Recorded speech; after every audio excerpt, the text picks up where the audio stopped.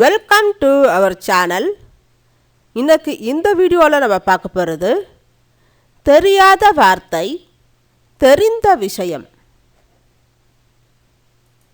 Time to learn.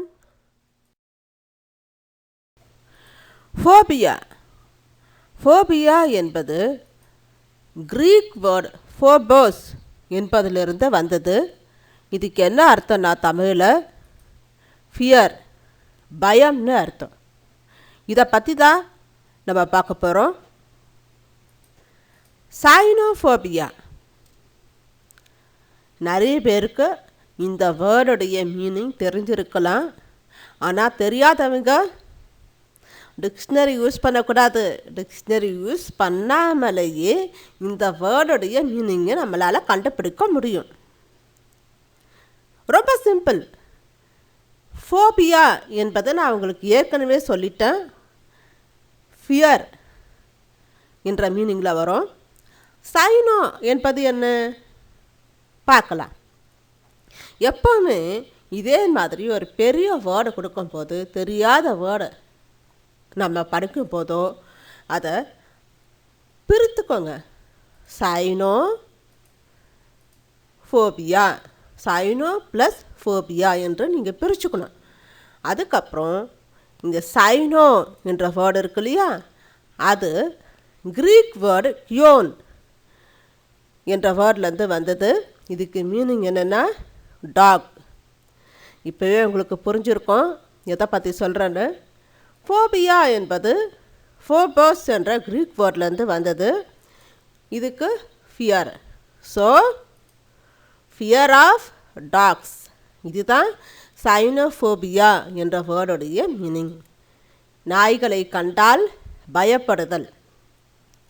உதாரணத்துக்கு அவங்களுக்கு நாயை கண்டாலே பயம், அந்த பயம் இருக்குது என்று சொன்னால் நம்ம எப்படி சொல்லணும்? They have cynophobia. பிப்ளியோஃபோபியா. எப்போதுமே ஒன்று ஞாபகம் வச்சுக்கோங்க. தெரியாத ஒரு வேர்டு வரும்போது அந்த வேர்டில் 2-3 வேர்டை மறைஞ்சிருக்கும்.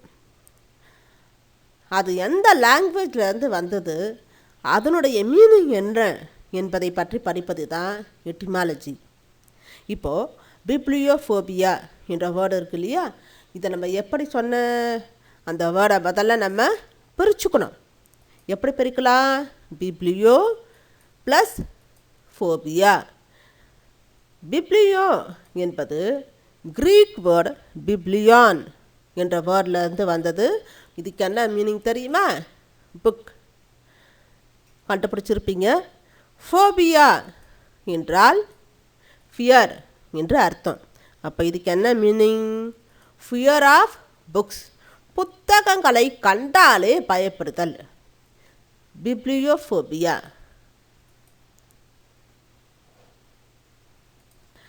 அடுத்ததாக பார்க்க போகிறது க்ளோசோஃபோபியா. இந்த வேர்டை நம்ம எப்படி பிரிக்கலாம்?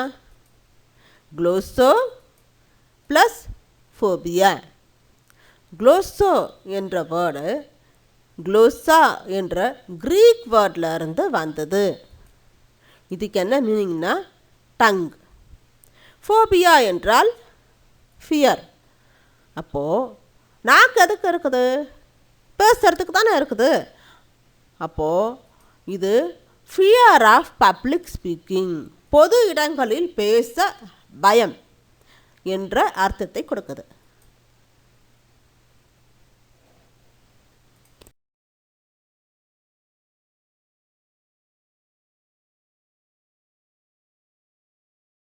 அடுத்தது நெக்ரோஃபோபியா. இந்த வேர்டை எப்படி பிரிக்கலாம்? Necro plus phobia. நெக்ரோ என்பது நெக்ரோஸ் என்ற கிரீக் வேர்ட்லேருந்து வந்தது. இதுக்கு மீனிங் என்னென்னா டெத்து. ஃபோபியா ஃபியர் இல்லையா? அப்போது நெக்ரோஃபோபியா என்றால் என்ன? Fear of death. மரணத்தை கண்டால் பயப்படுதல், மரண பயம்.